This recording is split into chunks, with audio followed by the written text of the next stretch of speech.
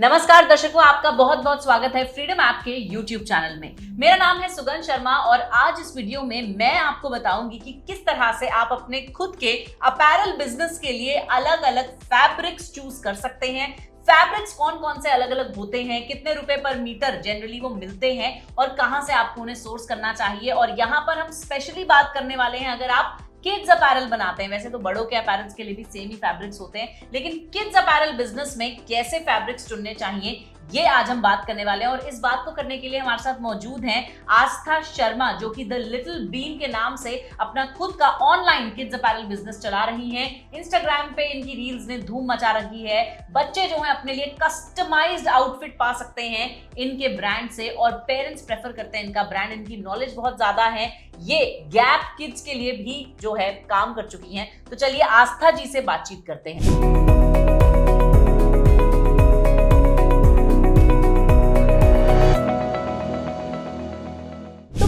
शुरू से जानना चाहती हूँ, जब से आपने ये बिजनेस सेटअप किया, किस तरह की चीजें जो हैं आपने अपने लिए खरीदी, किस तरह की चीजें आप लेकर आई, आपने कहाँ से वेंडर्स ढूंढे। सबसे पहला सवाल मेरा यही है कि जब आपने पहली बार सोचा कि मुझे ये बिजनेस करना है, कैसे सर्च किया आपने वेंडर्स या सप्लायर्स या फैब्रिक्स? तो मुझे पता था कि मुझे किड्स वेयर स्टार्ट करना है, और क्योंकि मैंने पहले भी किड्स वेयर में काम किया, जब मैं गैप में थी तो मैं किड्स वेयर में थी, तो वहाँ पे मुझे पता है कि बहुत से चीज़ों का ध्यान रखना पड़ता है क्योंकि आप किड्स वेयर बना रहे हैं। बट मुझे कुछ क्योंकि अभी तो किड्स वेयर बहुत लोगों का है, तो मुझे थोड़ा डिफरेंट करना था। तो मैंने सोचा कि मैं डिजिटल प्रिंटिंग से स्टार्ट करती हूँ, क्योंकि बच्चों के कितने सारे प्रिंट्स होते हैं जो कि आप अलग अलग डिज़ाइनर वेयर्स में मैं बना सकती हूँ, लाइक बैकलेस वगैरह, क्योंकि रिटेल में भी होते हैं digital prints, but basic frocks और ऐसे होता है। तो मैंने सोचा कि मैं स्टार्ट करती हूँ डिजिटल प्रिंट फैब्रिक से जी। तो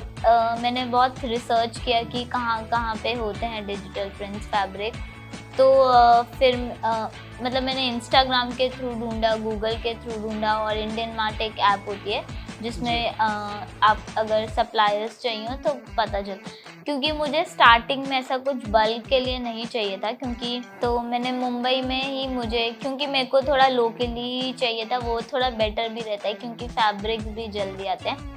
बट फर्स्ट टाइम था तो इसलिए मैं वहाँ पे विजिट गई, उनका गोरेगांव में उनकी खुद की डिजिटल प्रिंटिंग का मतलब छोटा फैक्ट्री था, सेटअप टाइप था।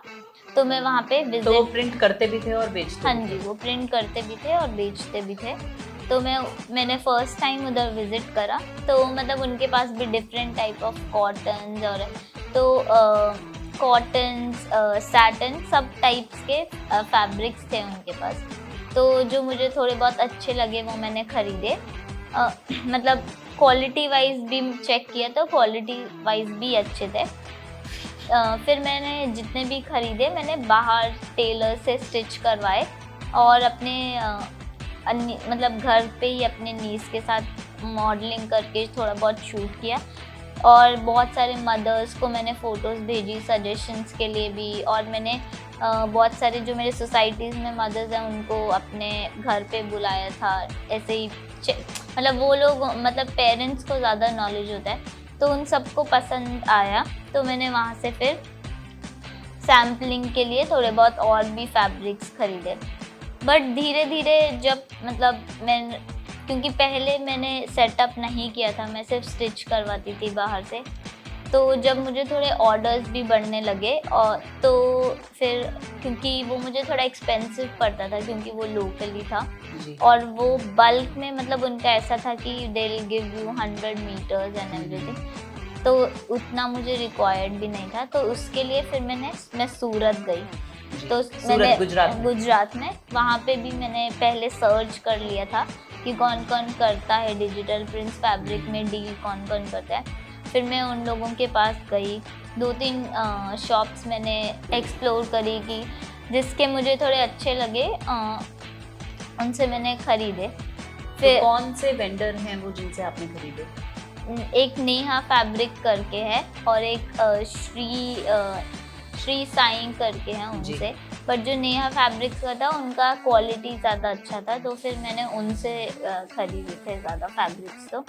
तो फिर अब सिर्फ डिजिटल प्रिंट्स तो नहीं कर सकते आप, तो इसलिए मैंने बाकी जो डिफरेंट फैब्रिक्स होते हैं मतलब जो कई, क्योंकि मैं जब धीरे धीरे जैसे कस्टमर मेरा बढ़ने लगा तो मुझे समझ में आया जो मेरे डिजिटल प्रिंट्स के फैब्रिक थे वो पॉलिएस्टर बेस्ड थे, मतलब वो 100% कॉटन या 100% सैटिन नहीं थे, बट मतलब उनकी क्वालिटी कोई ऐसे ख़राब नहीं थी, बट बहुत से पेरेंट्स को मतलब 100% कॉटन हर चीज़ प्योर चाहिए, बहुत सारे, क्योंकि बच्चों के लिए हैं, चाहे वो चुभते हों या नहीं चुभते हों, बट वो उनको फैब्रिक 100% कॉटन ही चाहिए होता है और प्योर चाहिए, अगर प्योर कॉटन ना चाहिए भी हो तो उनको, बड़ा सॉफ्ट फैब्रिक चाहिए। हाँ, बहुत सॉफ्ट फैब्रिक है। तो फिर इसलिए, बट डिजिटल प्रिंटिंग में क्या होता है कि अगर आपको जैसे 100% कॉटन लेना है तो आपको अपने प्रिंट में 100 मीटर्स करवाना ही पड़ता है।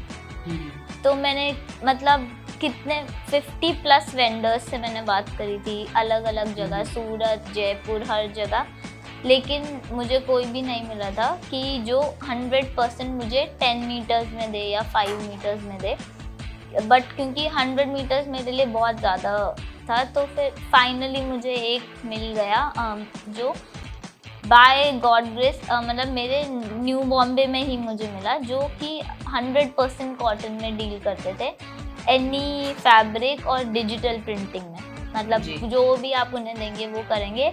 एंड 10 मीटर्स, मतलब उनका मिनिमम 10 मीटर्स था, और 10 मीटर्स के नीचे भी आप ले सकते हो, बट वो प्राइस फिर अलग रहता है, और 10 मीटर्स के अबव वो, यानी तो, अगर आप बहुत ढूंढो तो हर एरिया में आपको मिल ही सकता है। हाँ जी, फिर इसीलिए मैं भी वहाँ पे भी मैंने विजिट किया पहले, मंगवाने से पहले। फिर मैं उनसे स्वॉचेस वगैरह सब लेके आई, उन्होंने पूरा बुक बना के दिया मुझे कि फिर मैंने मतलब उनके पास दोनों है, 100% पॉलिएस्टर और 100% कॉटन, तो वो दोनों जिसको, क्योंकि 100 जो पॉलिएस्टर फैब्रिक्स रहते हैं वो चीप रहते हैं और प्योर जो रहते हैं वो एक्सपेंसिव रहते हैं, तो किसी को अगर ज़्यादा बजट नहीं, मतलब किसी का बजट नहीं है ज़्यादा, उसको नहीं जाना है कॉटन में, तो वो पॉलिएस्टर का भी ऑप्शन है। बस ये है कि वो प्योर नहीं होता, बट क्वालिटी ऐसा नहीं है कि ख़राब रहेगी, बट हाँ प्योर नहीं रहेगा। तो फिर अब मेरे को फाइनली दोनों ऑप्शंस मिल गए, तो फिर मैंने ऐसे मेरा फैब्रिक्स का धीरे धीरे, और अगर जैसे बहुत कस्टमाइजेशन हो, मतलब जैसे सिंगल पीस मुझे बनाना है, किसी का बजट, मतलब ऐसा कोई बजट नहीं है बट उनको बहुत चीज़ें हैं, तो मैं कभी कभी लोकली भी, हमारे यहाँ पे वाशी मार्केट है जहाँ पे बुटीक के फैब्रिक्स अच्छे क्वालिटी के मिलते हैं, और अगर वहाँ पे भी नहीं तो साउथ बॉम्बे में, बैंड्रा में बहुत सारी लाइन में ही जिनमें बुटीक फैब्रिक्स मिलते हैं, वहाँ पे फिर मैं उनसे सोर्स करती हूँ, क्योंकि जो कस्टमाइजेशन होते हैं वो बल्क में नहीं रहते, तो even if I getting in 600 meters और 800, तो वो लोगों को चल जाता है, उनके बजट में रहता है जी। तो सब सरोज फैब्रिक्स, जिसमें जो घाटकोपर में भी है और साउथ बॉम्बे, उनमें सबसे अच्छे बुटीक फैब्रिक जो हैं वो मिलते हैं। तो ये तो बॉम्बे की बात हुई, ऐसे ही दिल्ली में भी बहुत सारी जगहें होंगी, हर मेट्रो सिटी में होंगी।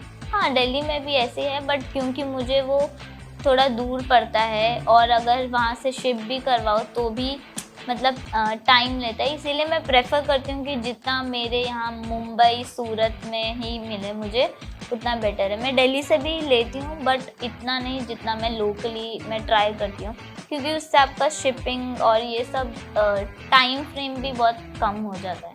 हाँ, और मैं लोगों की जिन्हें अपना ब्रांड भी स्टार्ट करना है, किड्स भी नहीं, कोई भी उसमें, तो ट्राई कीजिए जितना लोकली आप अपने वेंडर्स को ढूंढ सकते हैं, वो आपको इजी पड़ता है, क्योंकि कभी आपको अर्जेंट फैब्रिक भी चाहिए, और मुझे पता है मेरा वेंडर मुंबई में है, तो मैं मुंबई में ही उसी दिन लाके कर सकती हूँ, बट अगर दिल्ली में है या अलग सिटी में है तो फिर बहुत प्रॉब्लम होता है, और फिर थोड़ा कस्टमर को भी फिर थोड़ा आपको बोलना, एक्सक्यूजेस देने पड़ते हैं कि इतना दिन लगेगा ऐसा जी। तो बहुत वो थोड़ा, इसलिए अगर आप लोकली ढूंढते हैं तो बेटर है। तो आस्था जी, यहाँ पे आपने बात करी अलग अलग फैब्रिक्स की, मैं ये जानना चाहती हूँ कि आप कैसे नेगोशिएट करती हैं प्राइसेस अपने सप्लायर्स से, और क्या आपने बैकअप वेंडर्स भी रखे हैं इन केस कोई एक ना प्रोवाइड कर पाए? जी बिल्कुल, बैकअप वेंडर्स तो मुझे लगता है सबको ही रखने चाहिए, क्योंकि कभी ना कभी ऐसा होता ही है कि वो आपका टाइमली नहीं दे पाए।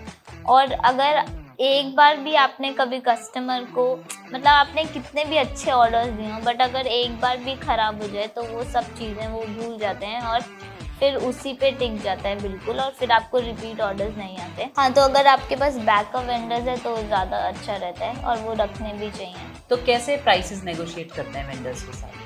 एक्चुअली अभी ऑलमोस्ट हर जगह ऐसा होता है कि आप 10 मीटर्स से लेते हैं के ऊपर लेते हैं तो प्राइस डिफरेंट होता है, और 10 मीटर से नीचे लेते हैं 10 मीटर से नीचे लेते हैं तो प्राइस कम चीप रहता है। बट मैं वेंडर से इसी तरह नेगोशिएट करती हूँ कि मैं इतना लूँगी और उसके बाद आपको रिपीट भी दूँगी, जैसे जैसे मेरा कस्टमर बेस बनेगा वैसे वैसे ही। और धीरे धीरे जब आप रेगुलर होते जाते हैं तो वो लोग भी आपको मतलब जो प्राइस से वो देते हैं उससे वो खुद भी नेगोशिएट कर लेते हैं। जी, तो दर्शकों, आस्था जी से हमारी बातचीत चलती रहेगी। फिलहाल हम लेकर चलते हैं आपको दूसरे वीडियो की तरफ। ये पार्ट 1 था जहां पर हमने काफी सारी फैब्रिक्स और चीजों की बात करी।